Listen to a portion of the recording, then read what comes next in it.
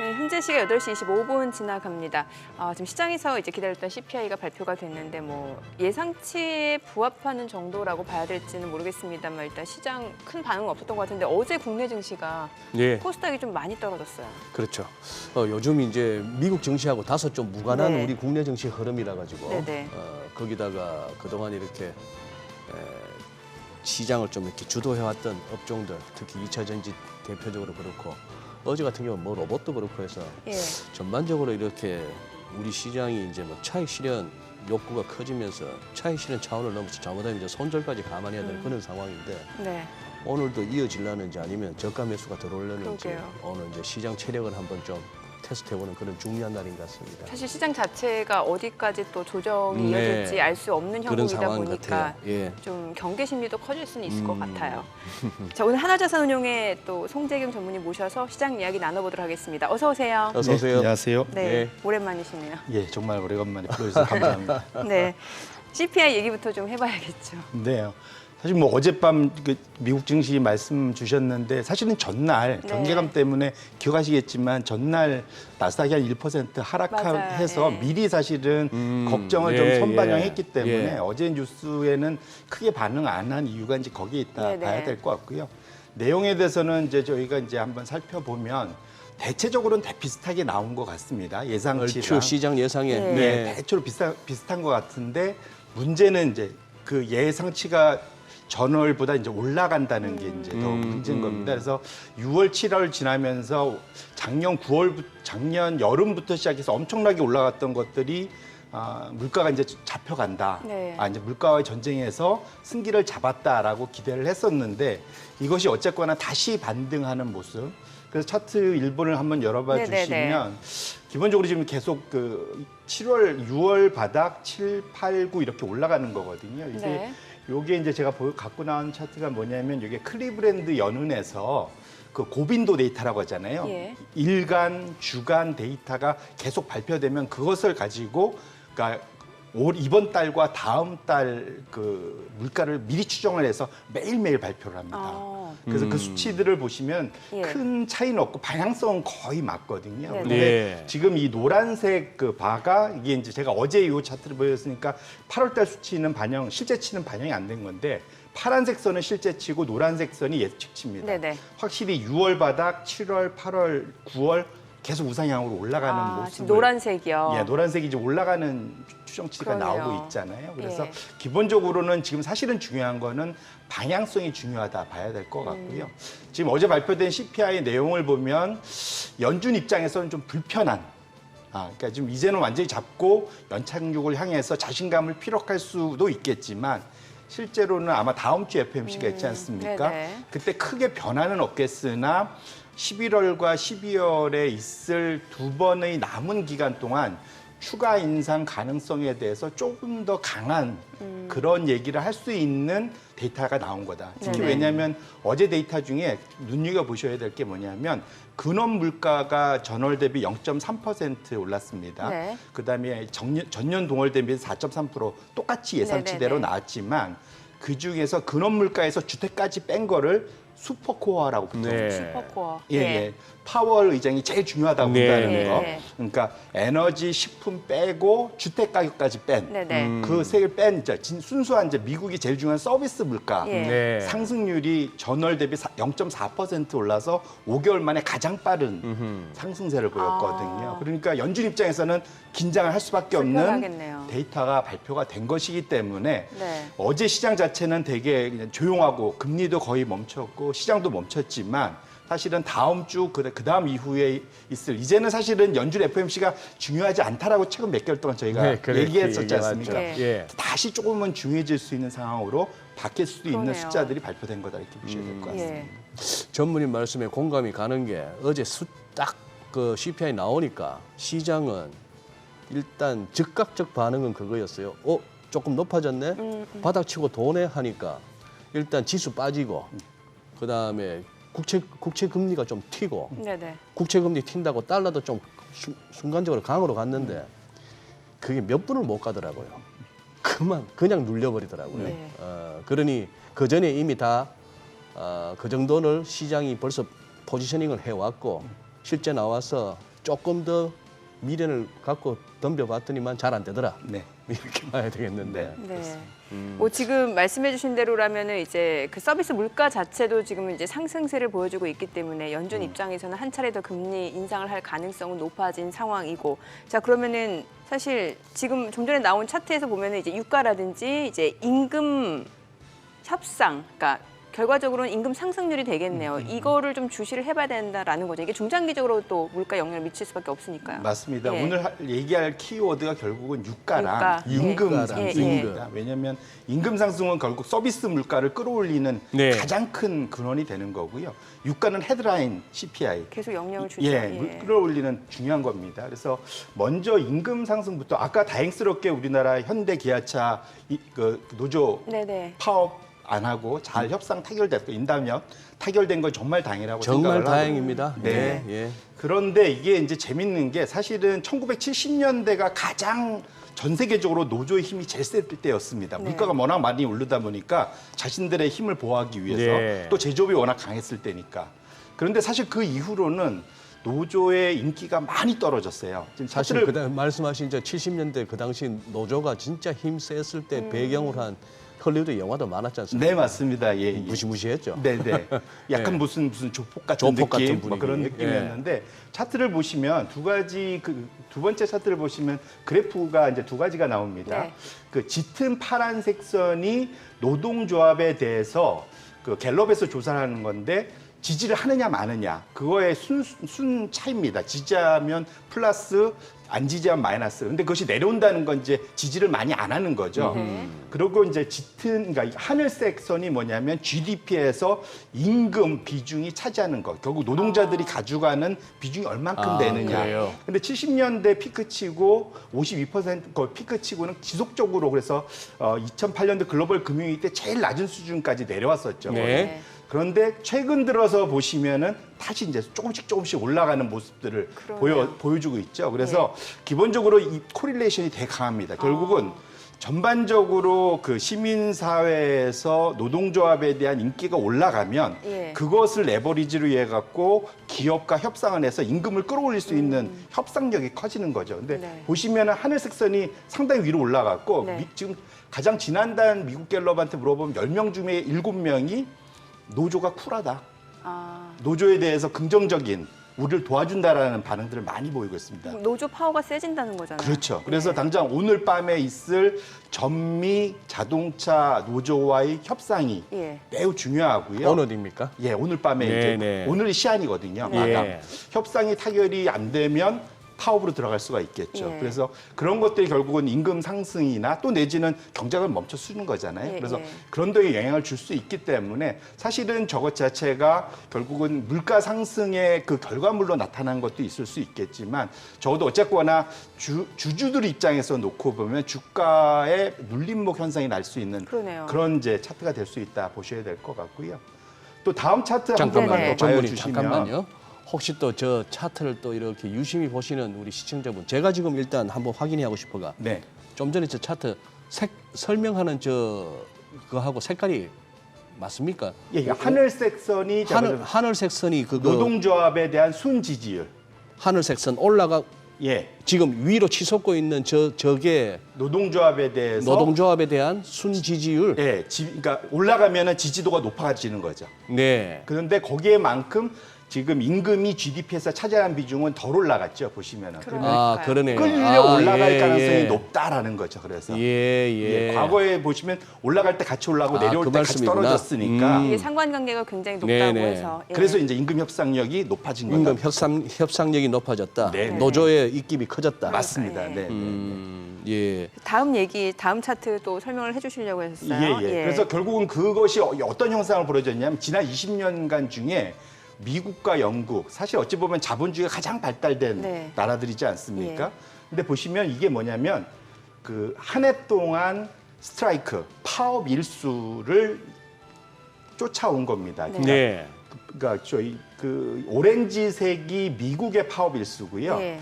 회색선이 영국의 파업 일수인데 2006년인데 거의 2000년도 초반부터 해서 지금까지 한 20여 년간 보면은 가장 많은 파업 일수를 지금 기억하고 있다. 저 정도로 노조파가 세진 거네요. 그렇죠.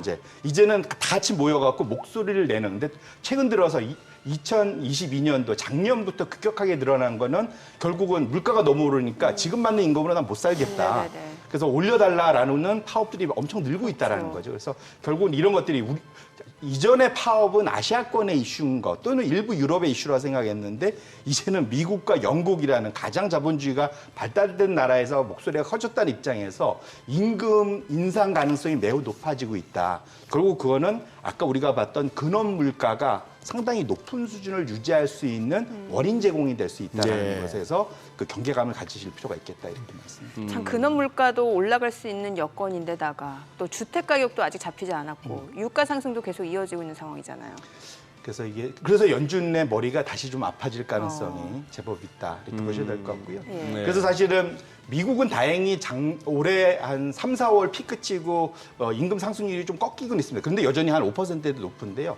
문제는 유럽입니다. 유럽은 계속 우상향을 하고 있거든요. 예. 그래서 다음 차트를 네네. 제가 준비한 거를 보여주시면 지금 보시면 유럽의 그런 임금 상승률에 대한 차트가 있는데 지금 보시면 그러니까 가장 최근 직전 이제 2분기에 인당 임금의 연율 5.5% 증가했고요. 단위 노동 비용 6.4%.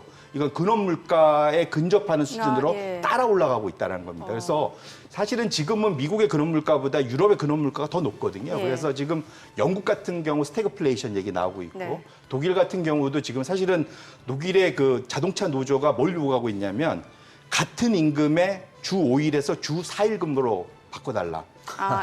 같은 임금에 예. 그 주 돈은 사일. 그대로 받고 하루 더 쉬게 해달라. 그거는 거의 뭐 인상률로 따지면 20%인데요. 맞습니다. 근데 지금 네. 문제는 중국 때문에 유럽 자동차의 성장률이 급격하게 떨어지고 있거든요. 네. 그런 측면에서 지금 독일과 영국의 스태그플레이션 얘기가 자꾸 나오는 이유가 그래서 유럽의 내년도 침체가 먼저 오면 유럽이 먼저 가장 빨리 올 가능성에 대해서 다들 걱정하기 시작했다. 근데 문제는 ECB가 아마 내일 열릴 겁니다. 네네. 근데 ECB가 이번에 금리를 아마도 동결하겠지만 그 다음번에는 좀 더 강하게 올려야 되는 그런 이유를 결국은 저런 데이터들이 제공하고 있다라는 측면에서 아직 인플레와의 전쟁, 물가의 전쟁이 끝난 게 아니다. 그러네요. 이렇게 보셔야 될 것 같습니다. 정말 끝날 때까지 끝난 게 아니네요 지금. 예.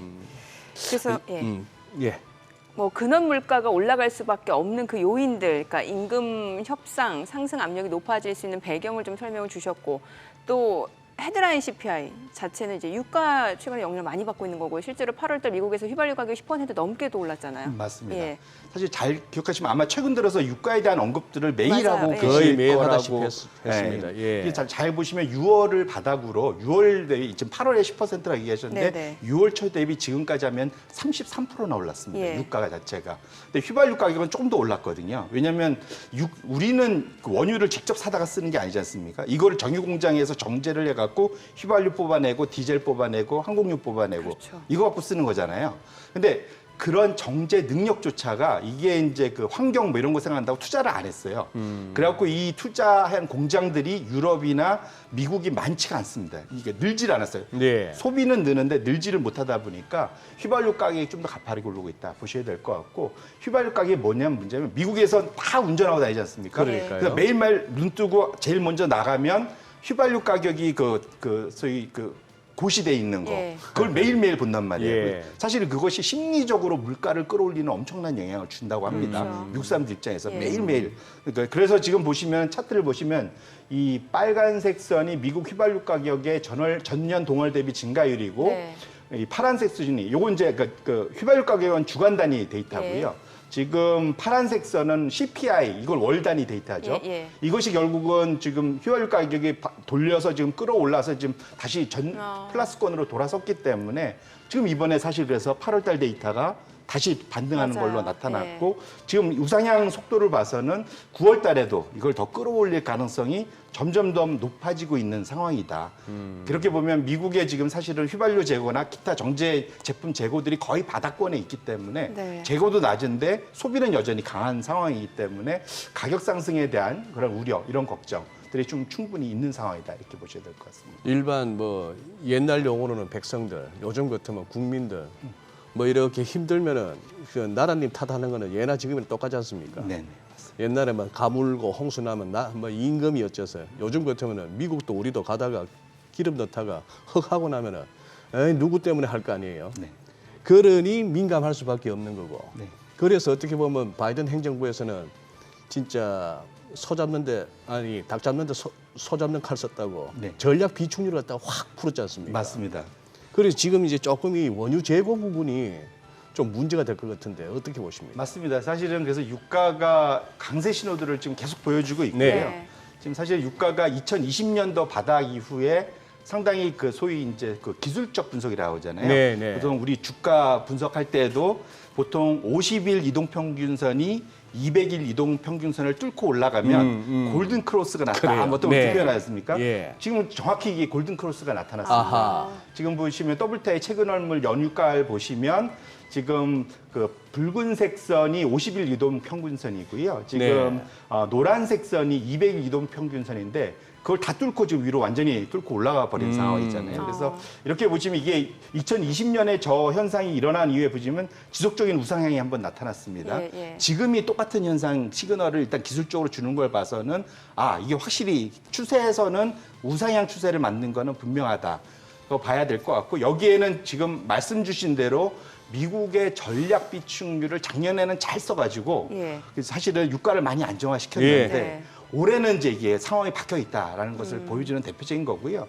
사실은 아까 말씀드린 대로 다음 차트를 보여주시면 전략 비축률가 작년에 이 바닥에 그러니까 소위 짱이라고 써도 될지 모르겠지만 왕은 사실은 미국이었다면 예. 소위 유가 그러니까 원유 시장에서의 네. 왕은 미국이었다면 올해는 사우디와 러시아다라고 보셔야 될 것 같고 왜냐하면 전략 비축률가 요거는 좀 다른 차트네요. 보시면은 사실은 이게 강한 게 왜 강한 거에 대해 보면은 달러하고의 비교입니다. 통상은 미국을 제외한 나머지 나라들은 그 소위 그 달러를 주고 사와야 되기 때문에 달러가 강세면은 가격이 그냥 더 올라간 거예요. 자기 원화 우리로 따지면 원화를 달러로 바꿀 때 달러가 강세면 원화를 더 줘야 되잖아요. 그렇죠. 예. 예. 그걸 가지고 달러 베이스로 원유를 사야 되니까 보통은 달러가 강세로 가면 나머지 나라들은 비싸진 거. 그것만으로도 그렇죠. 비싸지기 때문에 원유를 사기는 그런 여력이 떨어집니다. 예. 그러다 보니까 달러 강세 이꼴 무슨 말이냐면은 이런 원자재 가격, 이런 원유 가격은 약세로 가는 게 일반적입니다. 예. 그래서 차트를 보시면 이게 역계열인데 이 빨간색 선이 뭐냐면은 달러고요. 그러니까 이게 위로 올라가는 거는 지금 사실은 강세로 가는 거고 예. 지금 밑으로 지금 그러니까 붉은색 선이 브렌트네요. 지금 그 원유 가격이고 네. 그 파란색, 검정색 선, 짙은색 선이 아래로 내려오는 건 저기 달러가 달러. 강세로 가는 겁니다. 제가 예. 역겨울로 그려놨기 예, 때문에 예. 통상은 같이 가야 되는데 네. 지금 벌어졌어요. 무슨 말이냐면 달러가 강세로 가면은 유가는 약세로 가야 되는데 네. 정반대로 왔다는 거는 달러 강세를 무릅쓰고도 유가가 더 올라가고 있다는 거죠. 그런 얘기는 비싼데도 더 사야 되는 그만큼 소비도 더 늘어났고 달러 강세를 감내하고도 살 정도가 네네. 된 거다. 그렇게 보면 시장에서 그런 원유의 강세, 유가의 강세 추이가 본격적으로 나타난 거라고 충분히 해석할 만한 그런 하나의 신호라고 볼 수도 있을 것 같습니다. 앞서 설명해 주려고 하셨던 그 사우디하고 러시아가 키다라는 거는 또 어떤 내용을 말씀해 주시나요? 예, 그건 아마 다음 장에 예. 있을 텐데요. 그러니까 전략 비축률 아시겠지만 그게 1970년대를 겪으면서 1, 2차 석유 파동을 겪으면서 미국의 고안한 게 미국보다 전 세계가 다 고안을 했죠. 이거 잘못하다가는 이게 원유가 원유가 없을 수도 있다. 그 소위 금수 조치를 하면은 네네네. 그러다 보니까 미리 쌀 때 미리 사다가 쟁겨놓는 거죠. 그런 일을 하는 것이 이제 전략 비축률의 시초가 됐고요. 그래서 예. 미국에서는 저 앞에 차트를 보시면 1970년대 이후에 80년부터 거의 2010년까지 30년간 얼마까지 모았냐면 대략 7억 배럴까지 모았습니다. 7억 예. 배럴이 감이 잘 안 오실 텐데 전 세계 하루에 그 소비되는 게 1억 배럴 정도 하루 됩니다. 전 세계가 예, 전 세계가 쓰는 게 1억 배럴이고요. 미국이 하루에 보통 1,900만 배럴 정도 소비를 소비해요. 1,900만 배럴, 예. 약 2천만 배 안 예, 되게 예. 소비를 하는데 거의 7억 배럴이면은 그걸 이제 나눠 보시면 아시겠죠. 보통 한 2달, 아하. 3달 뭐 이 정도 쓸 수 아하. 있게끔 예, 예. 비축을 해놨었는데 예. 바이든이 의회의 도움을 받아서 그다음에 유가도 올라가고 작년에 생각해 보시면 중간 선거 있었잖아요. 그랬죠. 네네네. 근데 중간 선거 앞에 뭐가 또 있었냐면 기억하시겠지만 러시아 우크라이나 전쟁이 전쟁도 일어났어요. 있었고요. 예. 그래서 유가가 120불까지도 갔었잖아요. 네. 그러다 보니까 전략 비축료를 엄청나게 방출해서 1년 반 만에 6억 배럴이 3억 5천 배럴, 거의 반토막을 냈습니다. 그래서 네. 통상 미국이 하루에 생산하는 게 1,300만 배럴 정도 생산하거든요. 저것 때문에 하루에 1,800만 배럴 총 생산을 하는 걸로 됐으니까 거의 500만 배럴을 전략 비축료로 세상에다가 내다 팔았죠. 근데 지금 거의 반토막, 30년간 모은 것을 거의 원복시켜 버렸기 때문에 의회가 이제 더 이상 팔지 말자. 네. 오히려 더 사야 된다. 예. 그러니까 이제 미국의 전략 비축류는 더 이상 변수가 안 되는 네네. 상수가 됐고 오히려 더 사야 되는 그런 상황이 됐다 보시면 이 틈에 이제 러시아하고 사우디가 손잡고 감산을 네. 연말까지. 그래서 이게 시작을 한 거고요. 그래서 지금 오펙 플러스가 얘기하는 거는 일일 연말까지 하루에 한 300만 배럴 부족할 거다. 아. 그다음에 미국의 EIA 에너지청은 한 20만 배럴 부족할 거다. 이거 생각이 많이 다르죠. 그러게요. 그러니까 미국 입장에서는 큰 문제 없어라고 이제 정부가 얘기하고 싶은 거고 오펙은 문제 될 거야 얘기하는 거고 딱 중간에 아까 보니까 IEA 국제 에너지 기구 예. 거기서 100만 배럴 부족할 거다. 이제 딱 중간쯤 포지션을 잡았습니다. 결론은 부족하다는 겁니다. 네. 그래서 이렇게 놓고 보면 적어도 지금 소비는 어쨌거나 지금 완전 개선된 상황에서 네. 공급이 줄다 보니까 그러면 수급이 이렇게 소비는 수요는 세고 공급이 부족하면 가격은 어떻게 되겠습니까? 올라가죠. 올라가야 되는 거죠. 예. 그래서 지금 가격이 지금 뭐 브렌트 기준으로 100불, 110불 얘기가 나오는 이유가 여기에 있다 이렇게 보셔야 돼요. 우리도 사우디에서 들여오는 원유도 많고 맞습니다. 뭐 요즘 들어서 또 시큰둥해졌습니다만 네옴시티 뭐 거기 수주라도 좀 받으려면은 그저께 친선 경기 때 그냥 져줄 걸 그랬나 봐요 축구. 아니 근데 지금 전문님 네. 또 우리가 쓸데없는 미국 걱정했는데 우리 걱정해야죠. 네. 지금 유가가 이 와중에 네. 상승세가 멈추지 않고 네. 환율은 어떻게 지금 잘 그나마 1,340원 근방에서 이렇게 관리가 되고 있는 것 같은데 이러다 이거 환율까지 열리면은 좀 힘들어지지 않는 겁니까? 일단은 그 네. 펀더멘탈만 놓고 보면은 그 달러의 강세는 거의 올 만큼 목에 찰 만큼 왔다. 얼만큼 왔다. 아. 네네. 그러니까 그건 모든 이제 컨센서스인 네, 것 같습니다. 예. 달러는 너무 강세다. 그러니까 이게 너무 과하다. 사실은 잘 생각해 보시면 킹 달러가 작년에 있었고 작년에 킹 달러가 작년 말쯤에 끝났다라고 생각하고 이제 나머지 세상 좋아질 거다라고 얘기들을 많이 했었잖아요. 네네. 그런데 의외로 다시 미국의 금리가 올라가면서 달러의 강세가 다시 강하게 왔습니다. 그래서 이게 어느 정도냐면 그 녹색 차트가 뭐냐면 미국의 실질 실효 환율. 그게 무슨 말이냐면 미국이 실제로 이제 그 무역 거래를 할 거지 않습니까? 네네. 그것을 가중 평균해서 그거를 CPI로 계산해서 실질, 그러니까 리얼 그 소위 이펙티브 그 익스체인지 레이시라는 것인데 이게 보시면은 이게 2020년을 100으로 했을 때 계산한 건데 지금 보시면 2002년도 최고점 수준까지 이미 많이 올라와 있어요. 그 무슨 말이냐면은 달러는 충분히 이제 웃을 만큼 다 예. 웃은 상황이다. 달러 스마일이라고 아, 또 있지 예, 않습니까? 지금 20년 동안 아주 제대로 크게 웃어서 달러 강세는 충분히 와 있는 상태고요. 이 상황만 놓고 보면 달러는 다시 약세로 가는 게 맞습니다. 그래서 효과는 분명히 있는 게 만약에 유럽이 혹시라도 금리를 좀 더 강하게 올리면 네. 유로화가 달러 대비 좀 더 강해질 수 있겠죠. 그다음에 두 번째로는 지금 일본이 키 이슈입니다. 네. 일본 예엔이 지금 너무 약해져 있잖아요. 네. 거의 150엔 트라이 하고 있는데 이게 지금 그래서 최근에 일본 여행들 엄청 가시지 않습니까? 싼 맛에. 근데 결국은 지금 일본 은행이 위에다가 상황을 봐서는 금리를 올릴 수도 있겠다. 금리 상한제 더 올릴 수 있겠다라는 얘기를 하고 있어서 그 얘기는 이제 달러 강세, 달러 약세, 이게 예화 강세로 이제 돌 수가 있습니다. 그렇게 놓고 보면 달러의 강세가 여기서 더 갈 거냐의 이슈는 그것만 놓고 보면은 좀 어느 정도 이제 상한선이 와 있다 봐야 될 것 같은데요. 다만 단기적으로 시장의 변동성이 좀 커진다면 그때는 안전자산으로 달러가 다 몰리지 않습니까? 예. 달러로. 그런 상황을 놓고 봤을 때는 원화 약세 충분히 가능성이 단기적으로 튈 수도 있는 것도 분명 열어둘 필요는 있겠다 이렇게 말씀드립니다. 네. 자, 지금 시각 8시 50분 지나갑니다. 오늘 양시장 호가 상황 좀 확인을 해보도록 하죠. 먼저 코스피 예상 체결지수부터 보도록 하겠습니다. 오늘 약보합권 예상되고요. 예상 체결지수는 2,530포인트입니다. 코스닥도 오늘 약보합 예상되죠. 예상 체결지수 881포인트입니다. 시가총액 상위 종목 예상 체결가 보도록 하겠습니다. 삼성전자 강보합 예상되고요. 예상 체결가는 7만 1,000원이죠. LG 에너지솔루션 0.9% 하락이 예상됩니다. 예상 체결가 49만 2,000원이고 SK하이닉스가 1.2% 약세가 예상됩니다. 예상 체결가 11만 7,000원. 삼성바이오로직스는 보합 예상되고요. 삼성전자 우선주 하락 출발 예상됩니다. 호가에서 5만 7,000원으로 집계가 됩니다. 삼성 SDI가 강보합권 예상되고요. 포스코홀딩스 약보합 예상됩니다. 현대차가 오늘 0.9% 상승 예상되고 지금 호가에서는 19만 1,600원이죠. LG화학이 0.7% 빠질 걸로 보이고요. 네이버는 1.3% 상승 예상됩니다. 지금 호가에서 22만 5천 원으로 집계가 되고 있습니다. 코스닥 시가총액 상위 종목 예상 체결가도 보도록 하겠습니다. 에코프로비엠 오늘 0.7% 하락이 예상됩니다. 호가에서는 지금 27만 3천 원으로 집계가 되고 있고요. 에코프로 오늘 강보합권 예상이 됩니다. 사실 에코프로 같은 경우 최근에 또 계속해서 주가가 좀 조정을 받으면서 90만 원 선까지 90만 원 밑까지 내려온 상황인데 오늘장에서는 또 좀 호가로 봤을 때는 일단 90만 원 좀 예상이 되고 있는 상황이고 셀트리 헬스케어가 0.6% 하락 예상되죠. 포스코 DX 역시 내림세 예상되고 예상 체결가는 5만 500원. LNF가 3.4% 약세가 예상되죠. 예상 체결가 18만 1,000원이고요.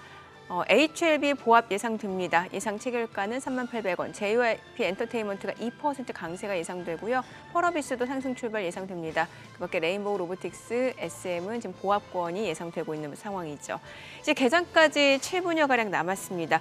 일단 오늘 시장 분위기는 글쎄요, CPI 발표에는 큰 영향이 없을 것 같고 네. 다만 어제 이제 2차 전지 관련주들 낙폭이 컸던 만큼 코스닥이 좀 많이 조정을 받았는데 오늘은 좀 보합권이 예상되네요. 그러니까요. 예. 통상적이라면 이 정도 며칠 이렇게 급락이 나왔으면 보통 이렇게 싼 맛에 하는 네. 저가 매수가 들어올 만한 그런 반발 시점이죠. 매수, 예. 레벨이기도 하고 그런 상황이라서 어느 정도 초반에 그런 반발 매수세 유입이 기대가 됩니다만 그 이제 강도 그리고 얼마나 지탱할 수 있느냐, 들어와서 버티느냐 아니면 들어와서 짧게 끊고 가느냐 뭐 이런 정도의 그러게요. 대응을 한번 이렇게 지켜봐야 될 그런 상황 같습니다. 네. 네, 전무님은 지금 호가로 봤을 때 오늘장 어떻게 판단이 되세요?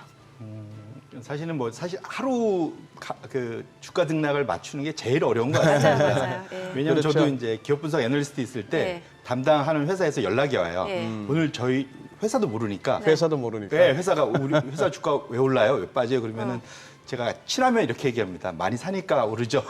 많이 빠니까 빠지죠. 이제 농담삼아 그런데 그렇죠. 그만큼 모른다는 얘기예요. 예, 그러니까 예. 지나놓고 봐야지 예. 이제 맞아요. 보통 아는데 단기적으로는 말씀 주신 대로 수급이 진짜로 이거는 특별한 이유라기보다는 모든 것이 다 자신의 이유만으로 다 맞춰서 사고 파는 건 아니지 않습니까? 맞아요. 그래서 예. 결국은 단기적인 수급 이슈 때문이고 저희가 봐야 될 거는 조금 더 긴 추세가 우상향이냐 우하향이냐를 보시는 것이 좀 더 맞지 않을까. 그리고 추세적으로는 그럼 어떻게 보시나요? 그런데 그렇게 놓고 보시면 지금 적어도 심리는 사실은 상반기에 너무 모든 사람들이 낙관적이고 포지션도 되게 좋게 만들어놨잖아요. 그런데 예. 제가 지금 최근에 보는 건 비트코인입니다. 비트코인. 예, 제가 비트코인을 보면 비트코인에 대한 판단할 수 있다는 능력을 갖고 있는 건 네네. 전혀 아니고요. 네, 예. 다만 비트코인이 소위 공격적 투자자들의 심리를 가장 잘 설명하는 시장에서 사실 모든 게 자산이지 않습니까? 예, 주식, 예. 채권 다 자산인데 비트코인과 미국의 나스닥, 우리로 하면 코스닥 네. 두 개의 방향성이 거의 똑같이 움직였거든요. 네. 근데 최근 3개월 들어서는 비트코인이 이제 주춤하고 있는 상태고 나스닥, 우리나라는 코스닥이 최근 사실은 5월달 이후에 엄청나게 위로 다 올라왔었잖아요. 그렇기 때문에 만약 그렇게 놓고 보면 가장 공격적인 투자자들이 투자하는 투자 자산이 멈춰 있다면 최근에 이제 그것이 이제 주식시장으로 일부 와 있던 것들도 계속 가기는 좀 어려운 네. 적어도 심리 측면에서는 이제 목에 차 있는 수준까지는 와 있는 거 아닌가 그렇게 보실 필요가 있어서 저는 그 두 개의 차트를 항상 같이 그려서 시장의 심리 또는 유동성 뭐 이런 것들을 간지 판단할 수 있는 좋은 지표이지 않을까 그렇게 생각을 합니다. 네. 전무님 저 개별 기업도 기업이겠지만 전화하겠지만 우리 주식 어떨까요 하겠지만 참 깝깝한 질문이긴 합니다만 그리고 또 연기금도 꾸준히 이렇게 접하셨잖아요. 네네. 예나 지금이나. 네네. 아니 저 궁금한 게 왜 이렇게 팔기만 하죠? 연기금. 이 예. 이제 연기금 입장에서도 좀 답답한 예, 데인데요. 예. 대답을 보통 거기는 네. 3년 단위로 장기 그 소위 자산 배분 계획을 다 짜놓습니다. 예. 예, 거기에 엄청나게 많은 전문가들이 들어가서 3년 계획을 다 짜놓고 예. 큰 규모로 움직이기 때문에 네. 그다음에 3년 단위로 짜놓은 상태에서 연 단위로 그걸 이제 소위 이제 고쳐가면서 일정대로 예, 계획대로 하겠죠. 계획대로 하기 때문에 그렇게 놓고 보면은 사실은 그 워낙 지금 사이즈가 커져 있기 때문에 사실은 우리나라 시장을 다 사주면 좋긴 하겠는데 네. 이게 전체 연금 규모에 비해서는 우리나라가 받아낼 수 있는 시장 규모가 좀 적은 거죠. 예. 그러다 보니까 해외 비중을 점점 늘리는 쪽으로 가게 돼 있는 거고요. 그것들에 대한 전문가들 컨센서스가 있어서 거기에 맞춰서 가다 보니까 거의 최대치로 다 사고 나면 그걸 더 살 수 있는 그런 그 여유 공간이 없는 겁니다.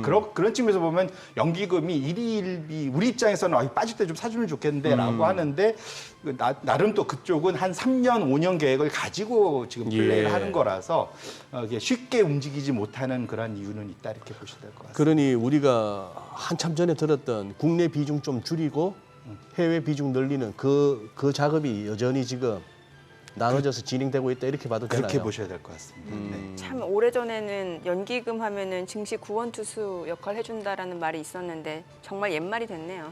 그러니까 근데 이게 당장은 어찌 보면은 이렇게 입에 단 뭐 네. 이런 게 될 수 있는데 길게 보면은 또뭐 입에 쓴 게 또 보약이 될 수 있지 않겠습니까? 그래서 결국은 연기금의 목표는 30년, 50년 후에도 계속 지급할 수 있는 게 목표이기 예, 때문에 예, 수익률이 좋아야 되니까. 맞습니다. 예. 그렇게 놓고 본다면 사실 연기금이 하는 장기 플랜에 대해서 나름대로는 좀 지지할 필요도 있지 않을까 이렇게 봅니다. 그 대목에 대해서 뭐 연기금의 역할이 지금 우리 정민 앵커 말씀하신 구원투수 역할을 못 한다고 해서 서운해하는 거는 그거는 아닌 것 같아요. 네, 왜냐하면 주식시장 참여자들의 입장에서는 이제 일시적으로 그렇지만 볼 수 네, 있죠. 맞습니다. 그게 소위 말해서 우리 쌍팔년도 장 빠지면 그 뭐 과천에 불려가고 하던 그 시절 아닙니까? 맞습니다.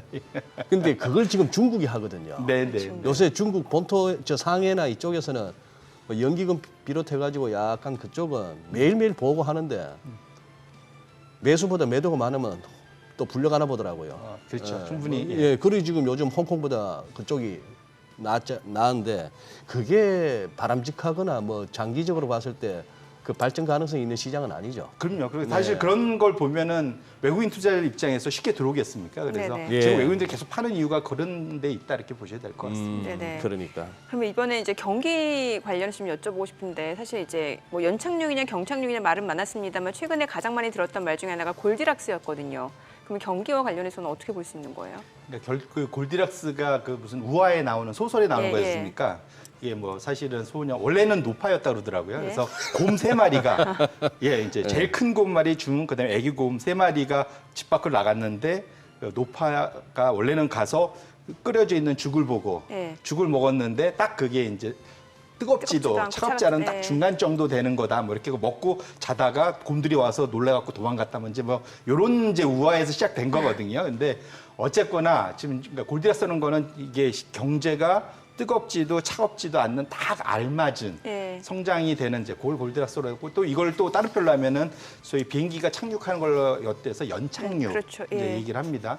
근데 이제 지금 제가 재밌는 차트를 하나 갖고 왔는데 이게 이제 그 오렌지색은 이제 주황색 잘 아시는 거 S&P 500 지수고요. 네. 그 다음에 짙은 파란색이 구글 트렌드에서 연착륙을 검색한. 아. 그다음에 아래로 내려가면 침체를 많이 검색한 예. 거고요. 올라가면은 연착륙을 검색한 게 훨씬 많은 겁니다. 결국은 약간 사람들의 심리를 나타내는 거죠. 네네. 근데 결국은 지금 보시면 이게 제가 보기엔 이제 닭과 달걀의 논쟁인 것 같은데 진짜 연착륙이 올 것 같아서 시장이 올랐느냐, 예. 아니면 시장이 올라와서 사람들이 연착륙이 올 거다라고 생각하는 예. 거냐. 이게 이제 사실은 불분명하다라는 거고요.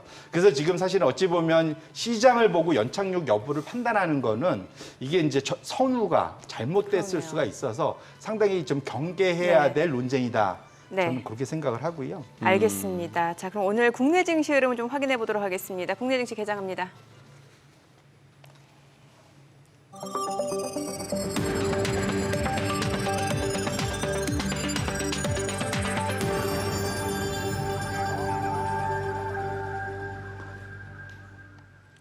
네, 9월 14일 목요일 국내 증시 개장했습니다. 간밤 이제 미국의 8월 CPI가 발표가 됐습니다.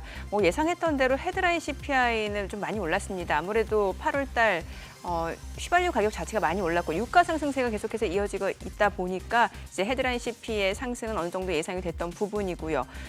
뺀 이제 코어 CPI 근원 물가는 또 역시 좀 상승세는 다소 좀 둔화되긴 했습니다만 예상치에 부합하는 수준. 다만 이제 연준 입장에서는 9월 말고 이제 11월에는 한 차례 정도 금리를 인상할 수도 있다라는 가능성이 좀 더 높아지는 것 같습니다. 이 가운데 어제 국내 증시 쪽에서는 경계성 매물들이 좀 출현하는 양상이었는데 오늘 양시장 출발 지수 보도록 하겠습니다. 코스피가 0.4% 상승합니다. 지금 2,544포인트. 코스닥도 일단은 기술적 반등을 좀 보여줍니다. 0.6% 올라갑니다. 888포인트입니다. 시가총액 상위 종목 시초가 보겠습니다. 삼성전자가 오늘 0.5% 올라갑니다. 71,300원이고요. LG에너지솔루션도 0.9% 상승 중이죠. 499만 9천 원. SK하이닉스도 0.4% 올라갑니다. 119만 9천 원이고요. 삼성바이오로직스는 약보합이네요. 72만 2천 원. 삼성전자 우선주 약보합 57,400원이고요. 삼성 SDI가 0.9% 상승합니다. 56만 2천 원이고 포스코홀딩스가 1% 올라갑니다. 53만 5천 원. 현대차도 상승하네요. 19만 500원이고요. LG화학도 0.3% 올라갑니다. 54만 2천 원. 네이버도 0.4% 상승하죠. 22만 3천 원에 거래되고 있습니다. 코스닥 시가총액 상위 종목 시초가도 보도록 하겠습니다. 코스닥 쪽에서는 에코프로빔이 0.7%, 0.9% 반등 보여줍니다. 27만 7,500원이고 에코프로 강보합권이죠. 90만 4천 원. 셀트리온 헬스케어가 0.7% 올라갑니다. 6만 5,400원이고 포스코 DX도 0.98% 올라갑니다. 5만 1,400원. LNF도 0.8% 반등 보여줍니다. 18만 9,100원 선이고요. HLB가 강보합 3만 850원이고 그리고 지금 현재 JYP 엔터테인먼트가 1.4% 상승하네요. 10만 9,200원에 거래되고 있습니다. 레인보우 로보틱스도 1.5% 상승 중이고 19만 1,900원. SM도 0.5% 올라가네요. 13만 8,200원이고 펄어비스도 0.3% 상승하면서 5만 원 선에서 거래되고 있습니다.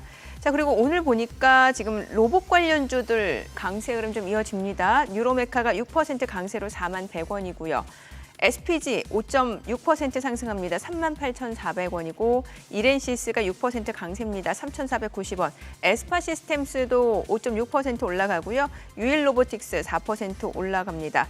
그밖에 뭐 SBB테크, 에브리봇, 포메탈, TPC 글로벌 아무래도 뭐 이제 두산 로보틱스 상장을 앞두고 이제 로봇 관련주들이 한동안은 조금 모멘텀이 좀 이어지고 있는 상황으로 좀 해석이 되는 것 같고요. 그밖에 오늘 또 반도체 관련주들도 올라갑니다. 뭐 한미반도체 4% 올라가고요. 하나마이크론도 3.8% 상승 중이고요. 인텍플러스, 유진테크 모두 지금 3%대 상승을 보여주고 있습니다. 반도체 대장주격인 삼성전자, SK하이닉스도 역시 좀 상승을 보여주고 있는 점 앞서 보셨습니다. 지금 시각 9시 3분 지나가는데 좀 수급 상황 좀 확인을 해보도록 하겠습니다. 오늘 유가증권 시장에서는 기관이 삽니다. 지금 현재 179억 원 순매수고요. 개인과 외국인은 각각 149억 원, 34억 원 매도 우위를 나타내고 있습니다. 업종별로 봤을 때 오늘 기관 쪽에서 전기전자 집중적으로 매수를 보여주고 있고요. 외국인은 철강, 금속 순매수 보여줍니다. 개인 투자자는 전기전자에서 물량 내놓고 있고요. 업종별 흐름 봤을 때는 오늘 의료정밀, 기계, 보험 섹터가 상승을 보여줍니다. 코스닥 수급 확인해 보겠습니다. 코스닥 쪽은 개인 투자자가 순매수 보여줍니다. 302억 원 매수 우위고요. 외국인과 기관은 각각 282억 원, 11억 원 매도 우위를 나타내고 있습니다. 자, 환율 체크해 보겠습니다. 오늘 외환시장 개장 상황입니다. 달러 환율은 2원 하락한 1,328원에 개장이 됐습니다. 일단 환율 자체는 오늘 좀 하락 흐름이네요. 뭐 그냥 현재 1,330원 에서 왔다 갔다 하는 그런 상황이라고 보여집니다. 그렇다고 뭐 N원 900원 밑으로 내려갈 정도의 우리 원화만 강해질 요인도 별로 없어 보이고 네. 오히려 시장의 딜러들은 자꾸 위에 막히는 저 부분이 이제 신경이 쓰여서 롱플레이를 못 하고 있는 거죠. 역내나 역에나 그런 상황인데 그런 어떤 당국 차원에서 이 환율 이 스무딩 내지는 관리가 이제 언제까지 유효한가 아니면 끝까지 성공적으로 이루어질 것인가 그런 부분도 이제 봐야 되겠죠. 뭐 특별하게 외부 변수가 없다면은 당국한테 덤비다가는 소소하게 손실이 쌓이니 딜러들이 그냥 이런 장에서는 아마 손가락 빨고 있을 겁니다. 일단 시장 자체는 또 상승을 보여주고 있는데 좀 바닥을 확인했다고 봐야 돼요? 아니면 좀 더 기다려야 돼요? 좀 어려운 질문인가요? 바닥 뭐 사실은 저희가 그렇게 그러니까 일부 종목들은 국전 대비 이제 꽤 밀린 것처럼 특히 2차 전지 느껴지지만 관련주들이 좀 가격 조정을 최근에 예, 보여줬잖아요. 근데 사실 그건 바닥 대비 올라간 걸 생각하면은 아, 그건 또 엄청나게 올라가 예, 있는 예. 상태에서 소폭 조정을 받은 거지 않습니까? 예. 근데 사실은 그래서 제가 이제 아까 로봇조 같은 케이스도 지금 테마인데 무슨 말이냐면 아까 노조 파업들이 전 세계적으로 많다고 예, 그러니까 예, 예. 그러니까 사실은 로봇이 말이 되거든요. 자동화, 그렇죠. 로봇. 예. 그렇지 않습니까? 대체 예. 가능성이 있다. 뭐 그렇죠. 그런 식으로 하는데 다만 이런 것들을 조심하셔야 될 것들이 2차 전지도 마찬가지지만 지금 멀티플이 되게 높은 종목들입니다. 예. 그러니까 올해 내년에 벌 이익으로 보면은 뭐 그러니까 PER 기준으로 몇십 배에서 뭐 100배까지 가는 뭐 이런 그런 종목들이 꽤 많지 않습니까? 네. 그래서 그러니까 꿈을 먹는 종목들이 조심하셔야 될 게 유동성이 빠지면 그러니까 이런 표현이 있습니다. 그러니까 증시경영 중에 밀물 때는 모든 걸 들어 올린다. 근데 썰물 때는 어떻게 되느냐? 썰물 때는 이제 심한 것들은 이제 막 못 움직이게 되죠. 빠져가지고. 예. 그게 이제 제가 드리고 싶은 말씀이 뭐냐면 유동성이 이제는 빠져나가는 구간은 분명 맞거든요. 왜냐하면 미국부터 당장해서 지금 국채 발행이 엄청 늘고 있고 예. 금리도 올라가고 있고 미국 지금 연준의 QT 계속 지속되고 있고 예. 이런 것들을 보면 전 세계적으로 이제 일본이 만일 금리 상한제를 포기하면은 옌 캐리 트레이딩의 유동성이 다 빠져나갈 겁니다. 그러니까 전 세계 싼 일본 금리로 제로 금리로 돈을 빌려다가 해외 투자한 돈들이 일본 금리가 올라가면 다시 다 고국으로 돌아갈 거죠. 예. 그런 자금들이 빠지는 건 유동성 축소로 보셔야 될 것 같거든요. 예. 그래서 결국은 그런 일들이 일어나면은 그러한 높은 멀티플의 종목들이 상당히 고생을 하는 국면으로 가는 거거든요. 그래서 지금 하반기 내년으로 갈수록 그런 것들이 나타나기 때문에 그 사이 유동성 장세로 많이 올랐던 꿈을 먹는 종목들에 대해서는 실적이 정말로 우리가 예측한 만큼 엄청난 성장을 보여주지 않는 한은 조정 구간이 꽤 길어질 수가 있기 때문에 그런 것들을 염두에 두시고 투자에 임하실 필요가 있겠다 이렇게 말씀드립니다. 네. 꿈을 먹는 성장주, 기술주 쪽에 뭐 PER도 언급하셨습니다만, 그럼 우리 전무님 보시기에 미국 포함 이 기술주 쪽에 약간 버블론도 있지 않습니까? 충분히, 버블이 좀 끼었을 것 같다 네. 하는 얘기들도 있는데 그 부분에 대한 판단은요? 결국은 이제 사실은 그 지금 그러니까 매그니피션트 세븐이라고 그러죠. 네네. M7. 예, 뭐 위대한 일곱 종목. 예. 뭐 이렇게 얘기하는데 결국은 미국의 그 7종목, 10종목이 지금 그 S&P 500에서 차지하는 비중이 역대 최고입니다. 한 33%? 35%까지 일곱 개가. 예, 차지하는 비중이 어마어마한 거거든요. 물론 이제 우리나라 같이 삼성전자 혼자 차지하는 비중이 큰 나라들 같은 거 말고 이게 어느 정도 좀 잘 분산된 경제 하에서의 7종목, 10종목이 30 몇 %를 차지하는 거는 집중도가 어마어마하다라는 네. 거죠. 예. 결국은 그것의 뒤에 보면은 그 종목들만 사실은 멀티플이 올해 어마어마하게 올라가 있습니다. 그래서 당장 이제 애플 같은 경우가 보시면은 30배 뭐 이렇게 거래가 되고 있지 않습니까? 예. 근데 문제는 그들의 매출 성장세를 보면은 매출이 크게 성장을 못하고 오히려 역성장도 일부 사실 예. 작년 대비로는 했습니다. 그래서 결국은 올해 상반기에는 그 소위 이제 기대감으로 멀티플을 확장하면서 올랐다면 하반기에는 그것을 받쳐줄 실적 개선으로 나타나야만 이제 주가가 계속 우상향할 수 있을 텐데 이미 눈높이는 많이 높아졌어요. 네. 그러니까 소위 이제 이익 추정치들을 다 뒤를 끌어올려 갖고 지금 목표 주가를 다 끌어올려 놨거든요. 그러니까 지금 상반기 1분기, 2분기 때 실적 시즌보다 3분기, 4분기 때 실적 시즌에 눈높이를 맞추기가 점점 더 어려워지는 그런 국면으로 가고 있다 보셔야 될 것 같고 그러면 높은 멀티플은 엄청난 부담이 될 수가 있습니다. 그건 우리나라도 마찬가지거든요. 예. 그래서 결국은 지금 실적 시즌의 눈높이가 높아진 것을 뛰어넘을 정도의 그러한 그래야만 이제 높은 멀티플이 유지될 수 있다는 측면에서는 그걸 거꾸로 말하면 이제 버블 논란이 다시 재점화될 수 있는 거다 이렇게 보셔야 될 것 같습니다. 뭐 오늘 뭐 선물 옵션 뭐 만기이긴 만기. 합니다만, 이거야 막 그쪽 선수들의 영역이고 또 외국인들 그동안 누적된 선물 포지션 갖고 어떻게 할란지를 도저히 알 수가 없으니 맞습니다. 그냥 맡겨놓고 네. 아마 제일 높은 가능성은 또 그거 아닐까요? 혹시나 뭐 장마판까지 한번 콜이든 푸시든 한번 시세면 터질까 싶어서 들고 있다가 다 꽝되는 경우가 제일 많으니까. 네, 네. 그건데 그것도 전문인 또 나오셨으니까 그거 한번 여쭤볼게요.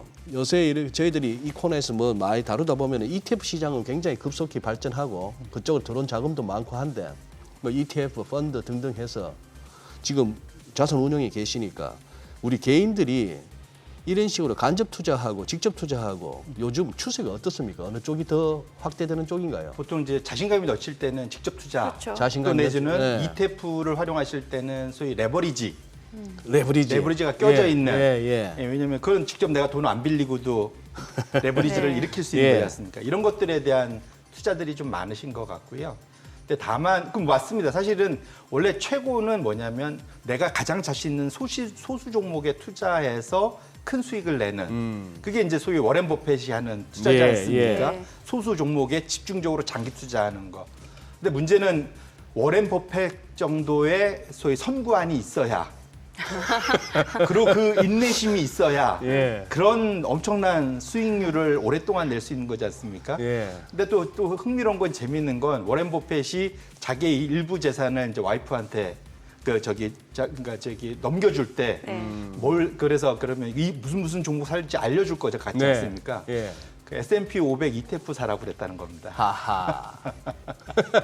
그게 의미하는 바가 되게 크다라는 예, 거죠. 예. 그래서 골머리 썩지 말고. 예, 맞습니다. 그러니까 그냥 중간 정도 가는 게 이제 사실은 목표다 보셔야 될 것 같고 왜냐하면 보통 사람들의 기억 속에는 내가 잘했을 때만 기억하고 네. 잃었을 때는 머릿속에서 빨리 지워버리거든요. 예. 그래야 근데 건강하죠. 그렇죠. 네. 근데 문제는 내 포트폴리오 계좌 안에는 두 개가 합쳐서 그렇죠, 나타나지 그렇죠. 않습니까? 그래서 왠지 많이 먹었을 것 같은데 보면은 크게 많이 못 오르는 이유가 이제 다 그거거든요. 그렇죠. 그래서 양파 3개나 했지만 기억 안 하고 버디 하나만 기억하고 집에 네, 가죠. 네, 네. 그게 이제 정신 건강에 좋지만 내 실질적으로 재산 증식에는 크게 도움은 안 될 수 있기 때문에 그렇게 놓고 보신다면 개인 투자자들이 엄청나게 시간을 투자해서 내가 잘하는 종목 왜냐하면 자기 분야에서 전문가이실 수가 있어서 네. 그런 종목들을 자기가 골라낼 수만 있다면 당연히 소수 종목을 믿고 오래 가는 게 베스트일 것 예. 같고요. 그게 안 된다면 저는 그냥 장기 투자로 꾸준히 그냥 그런 지수 같은 좀 벌려진 넓게 퍼져 있는 그런 ETF에 근데 그걸 국내 포함해서 전 세계적으로는 좀 섞어서 주식, 채권, 그런 상품 이쪽을 다 섞어서 사실은 포트폴리오를 짜시는 게 그게 이제 한 10년 지나놓고 보면 훨씬 더 좋은 성과를 냈을 수 있다 이렇게 말씀드립니다. 확실히 그런 거죠. 우리가 이제 이런 매체를 통해서 접하게 되는 이제 전문가분들 종목을 이렇게 골라서 이렇게 추천해 주는 분들은 하고 송 전무님 같이 이렇게 또 제도권에 계신 분하고는 접근이 다른 게 그분들은 자 이거 1년 내로 10배 갑니다 이렇게 나오는 거 아니에요? 그거는 그쪽에 리그가 있고 지금 S&P 500 ETF 사라 워렌 버핏의 조언이 그리고 또 선구안과 인내심이라 말씀하셨어요. 김하성 선수 요즘 잘하는 게 선구안과 인내심이거든요. 나쁜 볼에 배트 안 나가는 이것도 인내심이거든요. 택다잉 볼에 자꾸 이건 나가다 보면 삼진 아니면 그냥 뭐 범탄데 자꾸 이 아닌 거에 배트가 나가는 거 이거 진짜 조심해야 됩니다. 그렇죠? 맞습니다. 그 대신 S&P 500 ETF니까 무슨 10백은 없는 거죠. 네, 맞습니다. 근데 문제는 복리의 힘이란 게 있잖아요. 복리의 힘. 예. 그래서 결국 그런 것들에 대해서 그건 이제 믿고 그러니까 정말 지루하거든요. 지루하죠. 네. 남들은 뭐 순식간에 뭐 5배, 몇 배 났다는데 그거 네. 듣고 화병 나죠. 네. 참. 투자 성향에 따라 다 그러니까. 예. 각자 맞는 전략을 택하는 게 중요할 것 같은데 앞서 저희가 이제 뭐 골디락스 뭐 연착륙 얘기를 했잖아요. 그러면 그 얘기 조금 더 해보면서 그래서 투자자들이 어떤 섹터에 좀 집중을 하는 게 어떤 섹터에 집중하는 게 좋을지 알려주세요. 예, 그래서 사실은 예. 이게 아까 말씀드린 이제 연착륙 얘기를 했는데 연착륙 얘기를 마무리 지으면 네. 결국은 이게 원래 연착륙이라는 얘기가 가장 많이 나올 때를 조심해야 되는 거다.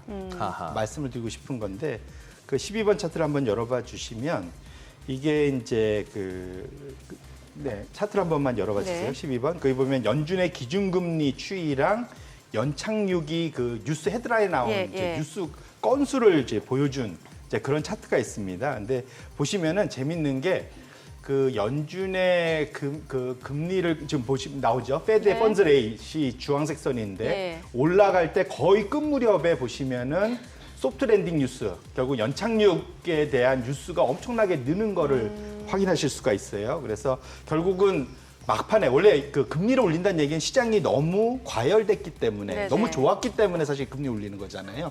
그 인플레이션 막으려고. 예. 결국은 그런 상황에서 놓고 보시면 고점에서 결국 연착륙 그 소프트 랜딩 설레발이 있고 그게 마무리되고 나면 끝이 난다. 그러니까 결국은 연착륙이 오는 게 아니라 보통 그 다음은 침체가 늘 왔었다. 예. 말씀을 드리고 싶은 거고요. 지금 시간이 저희가 얼마 없는 거죠. 지금. 아니요, 하시면 제가 조절을 할게요. 네.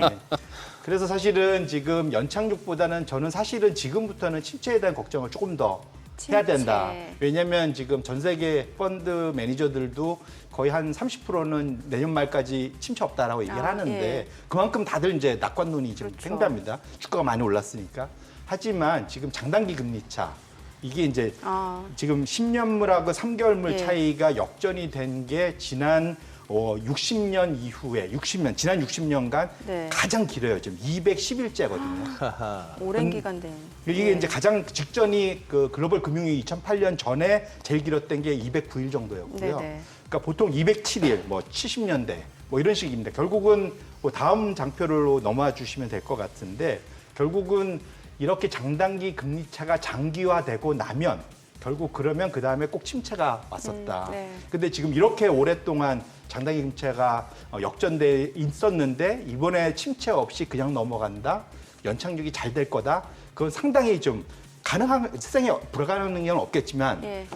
가능성이 매우 낮은 사실은 그러니까 패팅을 침체가 지금 지연되고 있는 거네요. 그렇게 저는 보고 있고요. 그래서 This time is different. 그게 제일 영어 단어 중에 비싼 단어 5가지 단어라고 그러지 않습니까? 그래서 보통 지난 70년간 이렇게 장단기 금리차가 역전된 후에 시장이 랠리를 보인 다음에 그 결과는 항상 한 20% 빠지고 끝났었다. 이게 네. 이제 지난 70년간 12번의 장단기 금리차 역전 때 나타났던 일이고요. 좀 다들 보시면 이게 매번 있었습니다. 제일 심하게 빠졌을 때가 2008년과 2000년도고요. 지금 보시면은 지금 빨간색 선이 지금 현재거든요. 지금 저점 대비 한 20% 가까이 지금 올라 있는 상태인데 이번엔 과연 다를 것인가? 침체가 많이 온다면 그러면 하하. 사실은 만만치 않을 수가 있고요. 예. 그래서 결국은 지금 현재 상황에는 모두가 지금 가장 낙관적으로 기술주, AI, 우리나라 2차 전지에 다들 포트폴리오 잔뜩 넣고 계시고 다음 차트를 보시면 섹터 펀드의 흐름이 몽땅 기술주로 가 있어요. 근데 네. 최근에 보시면 지난주에 제가 체크해 보니까 살짝 꺾였어요. 기술주가 예. 살짝 꺾였고 제일 아래 보면은 에너지에 대해서 제일 많이 유출이 있었습니다. 아하. 근데 지금 에너지주의 가장 큰 어닝스 드라이버는 결국은 유가지 않습니까? 그렇죠. 유가가 우상향하고 있잖아요. 예. 근데 에너지는 저런 식으로 다들 팔아놨으니까 소위 빈집털이가 가능한 거겠죠. 빈집털이. 충분히. 그래서 포트폴리오에 제일 지금 축소돼 있는 예, 게 예. 에너지 업종이기 때문에 네. 우리나라 정유주 예. 두 개를 묶어서 생각하신다면 오히려 지금부터 생각하면 덜 빠지고 더 올라갈 수 있는 만약에 되게 안전하게 투자를 생각한다면 기술주만큼 엄청 올라가지는 못해도 예. 빠져도 조금 빠지고 올라가면 더 많이 올라갈 수 있는 건 에너지 업종일 수가 아하. 있겠다. 왜냐하면 지금 연말 가면 또 배당도 있잖아요. 예, 예. 그래서 그렇게 듣고 보신다면 지금은 사실은 에너지 업종이 조금 더 저는 좋아 보인다. 마음이 편하다. 이렇게 보셔야 될 것 같고 뭐 마지막으로 제가 말씀드리고 싶은 건 여기에 이제 더 재미없는 게 유틸리티 업종입니다. 네. 유틸리티 업종인데 다음 차트 보시면 이게 그러니까 S&P 500의 상승률과 그러니까 그 유틸리티의 상승률을 뺀 거예요, 두 개를. 네. 근데 이것이 지금 올해 들어와서 거의 30%, 지금 거의 40% 가까이 되네요. 지금 보시면은 S&P 500은 17% 올랐고 유틸리티는 13% 빠졌으니까 두 개를 빼주면은 거의 30% 그래서 저 차이가 나는 바가 거죠. 저렇게 올라가 있네요. 엄청나게 했죠. 예. 이게 언제 한 번 있었냐면 1999년도에 한 번 있었습니다. 그때. 그럼 그 다음에 유틸리티는 오르고 S&P 500이 엄청 빠져서 예. 사실은 유틸리티가 엄청나게 수익을 냈던 그런 기억이 있고요. 이게 한 20년 만에 찾아온 또 네. 시장입니다. 그래서 앞에 거의 그린 거 다 엮어보면 지금은 제일 재미없지만 안전한 업종이 사실은 어찌 보면은 가장 내 포트폴리오를 안전하게 아하. 지킬 수 있는 그러한 업종이 될 수 있겠다 예. 보셔야 될 것 같습니다. 네. 네, 오늘 내용 잘 들었습니다. 네, 고맙습니다. 고맙습니다. 고맙습니다. 좀.